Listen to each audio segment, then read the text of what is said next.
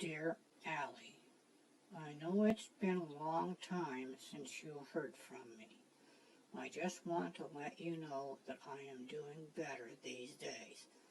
I have been seeing a counselor since I left, but I still like to have a drink now and then.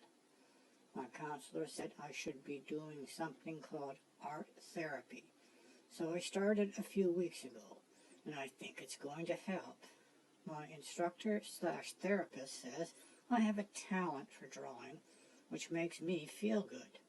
His name is Philip Cousins. I drew a self-portrait last week, and it's pretty good. I remember I used to love art class when I was in school, but there wasn't much use for art at the car dealership, so I guess I just forgot about it. Anyway, I think about you and Johnny every day, and I understand why your mom doesn't want you to see me. Maybe someday, when I get my life together again, we can make that trip to the coast we always talked about. I'll let you do the driving, of course. Just know that I love you and miss you, Dad. My dearest Allie, it's been a very exciting month for me. Philip tells me that it won't be long before I'll be doing solo exhibitions and in bigger galleries too.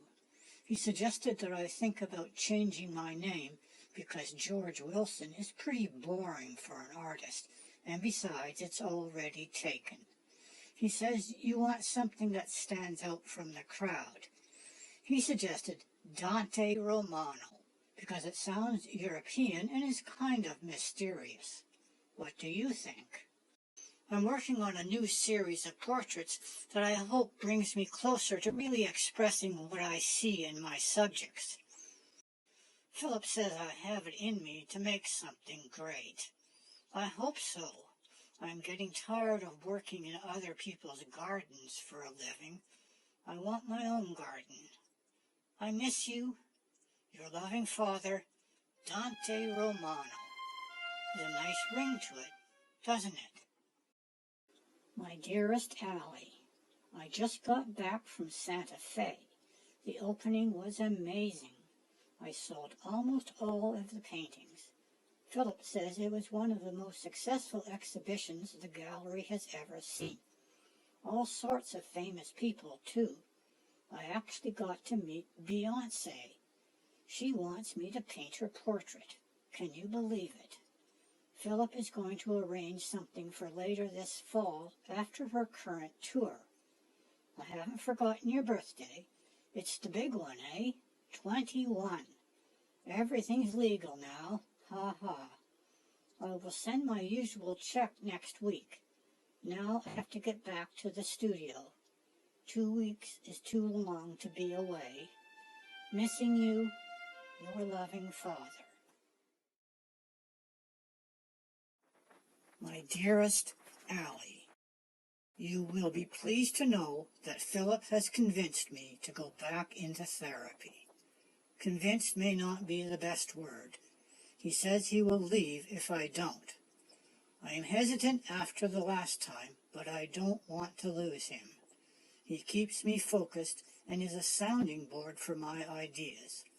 I would not have gotten this far without him, and the thought of him not being here scares me to death.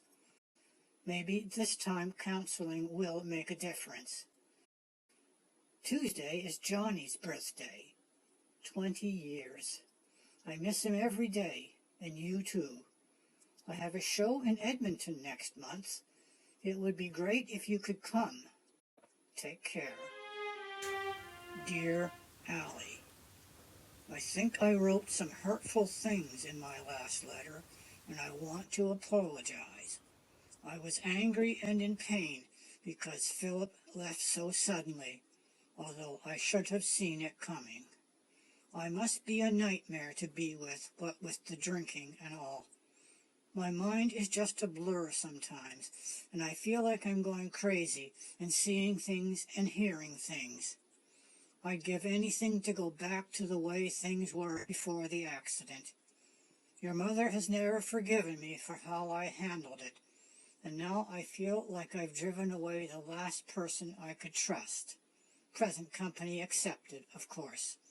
And I don't know what to do except what I've always done. I end up channeling my feelings into my art, but that gets confusing when I'm also trying to capture the essence of my subjects.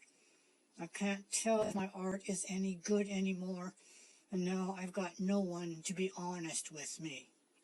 The only thing I'm sure of is that I do love you and miss you. My best to you, Justin, and the twins, your loving father. My dearest Allie, it's been 6 months today since my last drink. The first few months were hell, but I think I'm starting to see things clearly at last. I can finally admit that it was me who drove over Johnny and killed him, not some stranger. That's why I started drinking, so I could hide from what I did. I remember how I felt when it happened. I didn't want to believe it, and if I was drunk enough, I could believe it was happening to someone else. And I kept on drinking so I didn't have to believe it ever happened. Now I understand why Philip used to say all my portraits had a childlike quality to them. I was painting Johnny in every one. Since I stopped drinking, I haven't painted very much, and what I do paint is pretty lame. They have no depth, no heart. It's like I don't know how to see anymore. It's funny how the more I see myself, the less I see the world. Anyway, I am so happy that you have agreed to visit next month. It's been so long since I've seen your face. I can't wait till you get here. Your loving